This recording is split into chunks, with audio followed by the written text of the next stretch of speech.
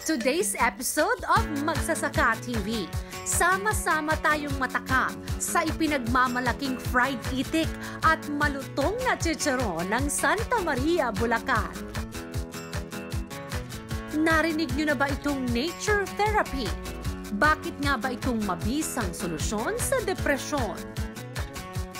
At bubusugin din namin kayo ng mga kaalaman kung bakit makulay ang buhay kapag kumain ng gulay. Lahat ng yan dito sa Magsasaka TV.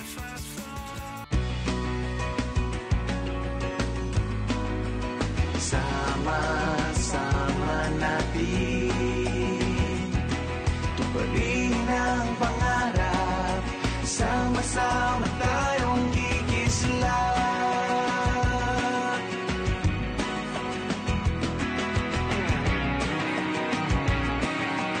Sama-sama tayong kikislap.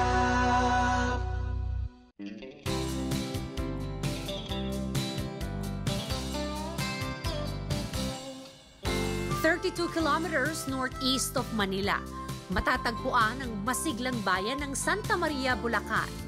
Sa tuwing tag-init, nagsisilbi itong summer haven dahil sa malamig na simoy ng hangin.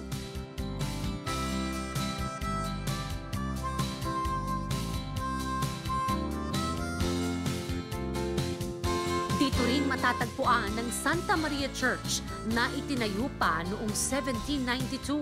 Ilang siglo na ang nakalilipas. Pero hindi lang yan ang dinarayo dito. Anumang season ay patok sa mga turista ang mga putok-batok nitong pagkain. Hindi makukumpleto ang bisita natin sa Santa Maria, Bulacan without trying these bestsellers. Una, chicharon. Pangalawa, fried itik. Dahil sa lumalago ritong agri-based industries, ang bayan ng Santa Maria ay unti-unting nakikilala, hindi lang sa Central Luzon, kundi maging sa buong bansa. Pero bakit kayo itik? Apparently, marami kasing poultry farms noon dito. At hindi ka raw nakapunta ng Santa Maria, Bulacan nang hindi mo natatry ang fried itik. Meron pang gravy. Dito, ang farm dito ay ito yung gaya ng halimbawa ng yung kanilang mga paninda, ganyan. Manok at saka baboy. Saka magtanim ng halaman. At dahil asensado ang swine farming dito, abat booming din ang chicharon industry na siyang binabalik-balikan ng mga turista. Ang susunod ko naman susubukan ay yung chicharon ng Santa Maria, Bulacan. Alam niyo naman, ang mga Pilipino madiskarte, walang tapon. Yung mga taba at saka mga balat, ginagawang chicharon.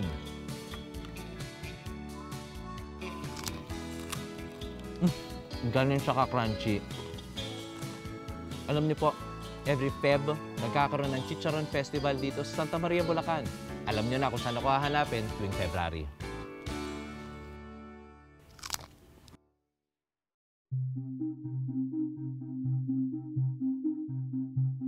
% ng land area ng Santa Maria, Bulacan ay nilaan para sa crop production. Ito ay indikasyon ng pagpapahalaga ng mga Bulakenyo para sa pagsasaka. Kaya ngayong araw na to, samahan niyo ako, bibisitahin natin ang Don Chicho's Nurture Farm.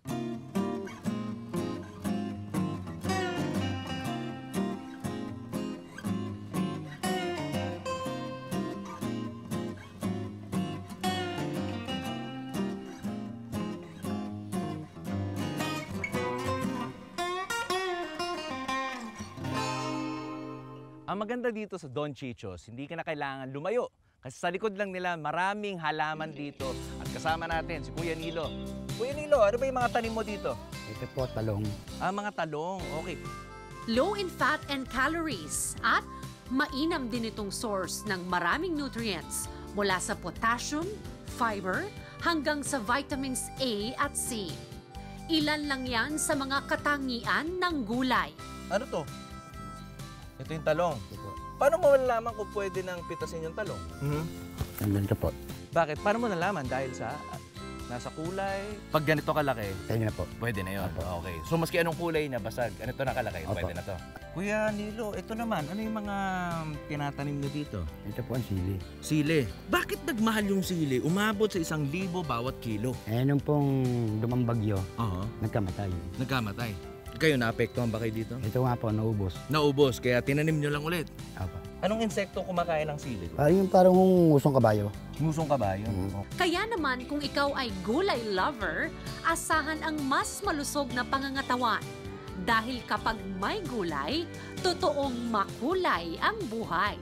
Kuya Nilo, itong ganito kataas na okrang ito, mga ilang buwan, ilang araw, ilang linggo para ganito kalaki itong halaman? 2 bombito. 2 buwan. Apa. Eh paano kung malalaman kung okay nang pitasin itong okrang ito? Tulad po nito, Hmm. ubra na po ito ganito. Pwede na. Basta po na puputong dulo, mura pa po yun. Kailangan pong uling yan. Okay, basta napuputol yung dulo. Opo. So ibig sabihin pwede na natin pitasin to. Ubra na po. Okay. So para ba pinipitas to? Medyo matigas ha. Babatak lang. So babatakin mo talaga. So, gaano kadalas dapat pinipitas ng mga okra mo? Ito po dapat po itong makalawa. Tuwing makalawa? Gano'n na. Ito pong patolang to, hinog na po ba to para bunutin? Pwede na po yan. Paano mo malalaman na okay na ganito? Yan po, conforme po sa laki. Sa laki. So yung laking ganyan, pwede nang hatakin yan. Pwede na po yan. Mga ilang araw pa, kunwari, 2 araw, 1 araw, hindi ko pa binunot. Ano mangyari? Hindi na po na kayo yan. May bunot na po yan. Gano'n ha? Paano ba bubunutin ka? Hindi na. Lalito. Ayan. Okay. Yes Narito na ang ating Magsasakaalaman 101.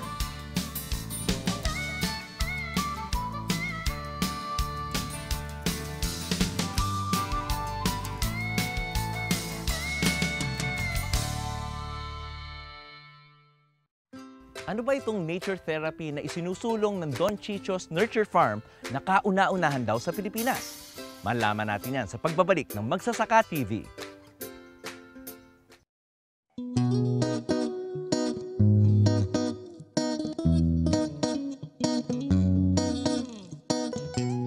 Isang naiibang cooking show na magpapakilala sa inyo ng mga lutuin mula sa iba't ibang lugar at magpapaalala na hindi kinakailangang maging mahal ang pagkain dahil ang sariwa at masusustansyang sangkap ay nasa paligid lang natin.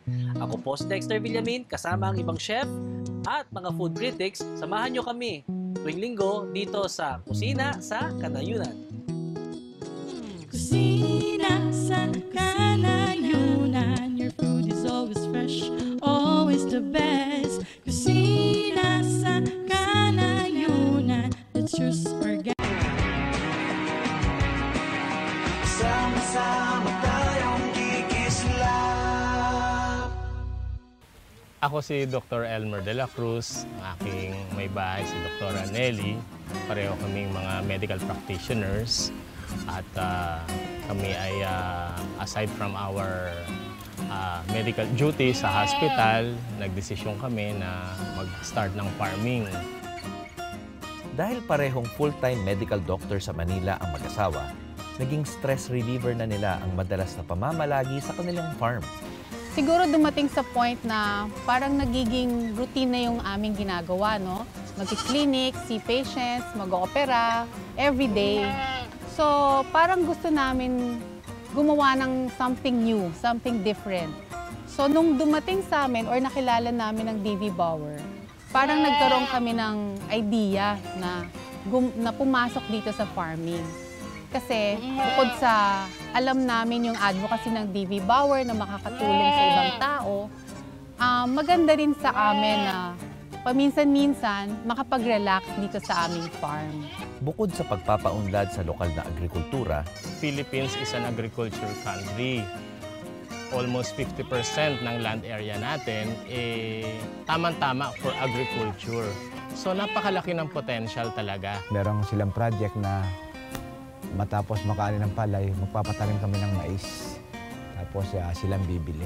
Maging partner, katulad nga ng nagiging motto namin dito sa Don Chicho's Nurture Farm, na what we aim is to be a partner in the national food security.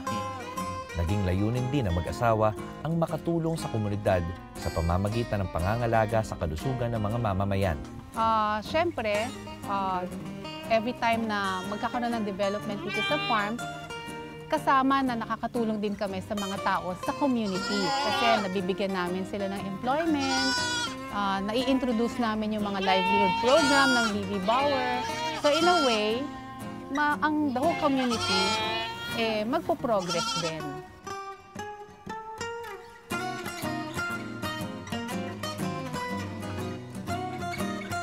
Dito naman dumating dito sa aking barangay itong Don Chichos.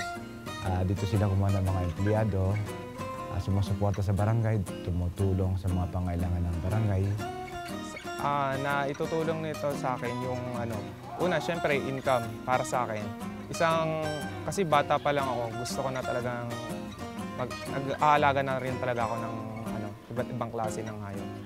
Parang passion na rin para sa akin. May iba't iba kasi tayong passion.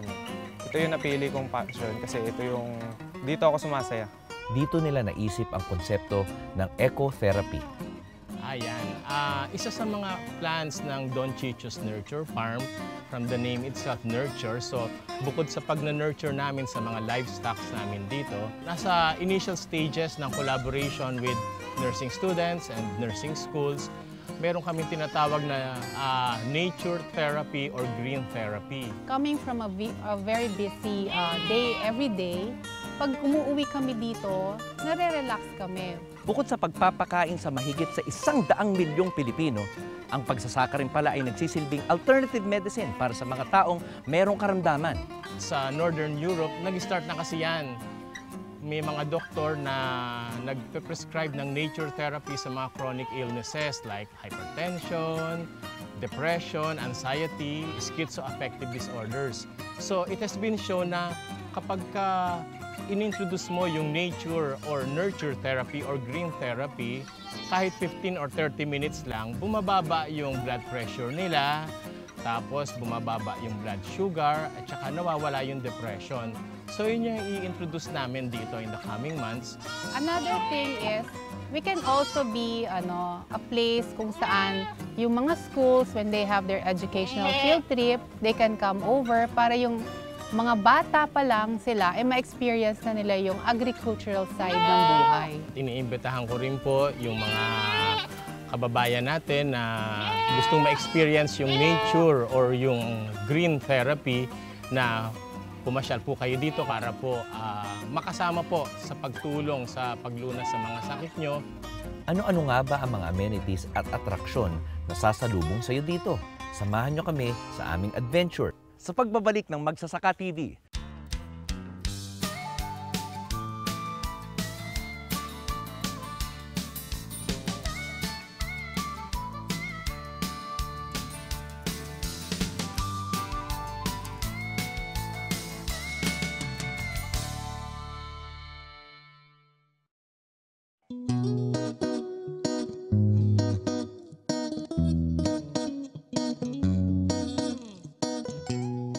Isang naiibang cooking show na magpapakilala sa inyo ng mga lutuin mula sa iba't ibang lugar at magpapaalala na hindi kinakailangang maging mahal ang pagkain dahil ang sariwa at masusustansyang sangkap ay nasa paligid lang natin. Ako po si Dexter Villamin, kasama ang ibang chef at mga food critics. Samahan nyo kami tuwing linggo dito sa Kusina sa Kanayunan. Kusina sa Kanayunan, your food is always fresh, always the best. Kusina sa Kanayunan, that's your Sama-sama tayong kikislap. Bago nagsimulang mag-operate ang Don Chichos Nurture Farm ngayong taon, ay natenga muna ang lupain ng mahigit 2 dekada.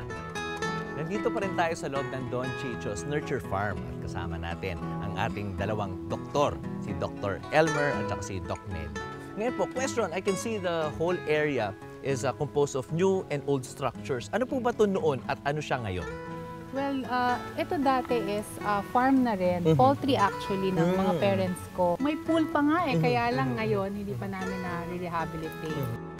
May question ako. Dalawa po kayong mga professionals, mga doktor. Bakit po ang focus nyo naman ngayon, looking into the future, ay nasa agriculture? For 20 years kasi, nagtrabaho na kami as doctors. So, something new. Tama po. And for the kids kasi, lagi na lang kami nasa city. So, eto, every once or twice a week, nagpupunta kami with the kids. So, yun. And that being said, baka pwede po natin ikutin. Saan po ba tayo unang pupunta, Doc? Sige, tara. Okay po. Mga fruit bearing po ba yung mga... Ano-ano nga ba ang mga amenities at atraksyon na sasalubong sa iyo dito? Tara, samahan nyo kami sa aming adventure sa Don Chicho's Nurture Farm.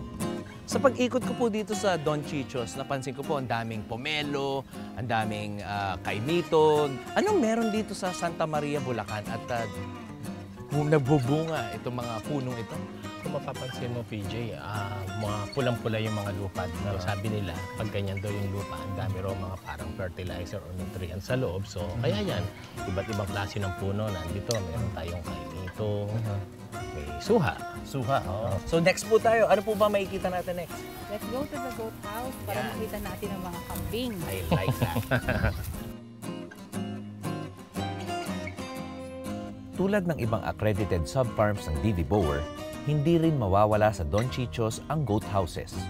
Halika, PJ, pasok tayo sa Goat House 5. Ay, gusto ko po yan. Ano po ba mangyayari dito? At usually, anong makikita dito sa Goat House 5? Ito yung alpasa namin. Dito namin pinapagala yung mga kambing natin para may kaunti silang exercise. Exactly. Mahalagang mapanatili ang kalinisan sa bawat goat house. Ito ay para maiwasan ang pagkalat ng anumang virus o pagkakasakit ng mga alagang hayop. Bilang mga medical practitioners po, Doc Elmer and Doktora, nabanggit nyo po, na-apply nyo rin po sa mga hayop ang mga ginagawa nyo sa inyong profession. Yes, oo. Yan. I like it. Hospital baka mo. Hindi mo aakalaing maging sa pag-aalaga ng mga kambing ay nai-apply din ng mag-asawa ang kanilang kaalaman. So, PJ, unahin natin itong gestation unit natin. Okay. So, parang sa hospital din, kapag bagong panganak ang isang bata, kailangan nakahiwalay sila sa matatanda. So, meron tayong gestation tent. Yan ang ating bisiro, ang maliit na kambing natin. At meron din tayong bottle feeding station dyan para hindi sila mahirapan dumede. So, ang mga kambing po talaga, they need their heat. Yes, oo. So, that's why perfect po sila sa isang tropical country like the Philippines. Exactly, PJ. Tama yun. Minsan nga, kapag malamig yung panahon, nilalagyan namin sila, kino-cover namin ang tarpaulin yung buong goat house. Gano'n na. Para siya nagiging greenhouse, ha? Yes, oo. Yan. Dagdag attraction din sa farm ang ilang lovebirds, hedgehogs at bengala.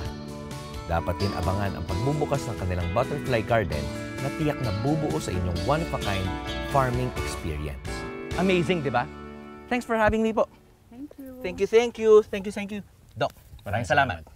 Ako po si PJ Lanot at ito po ang Magsasaka TV.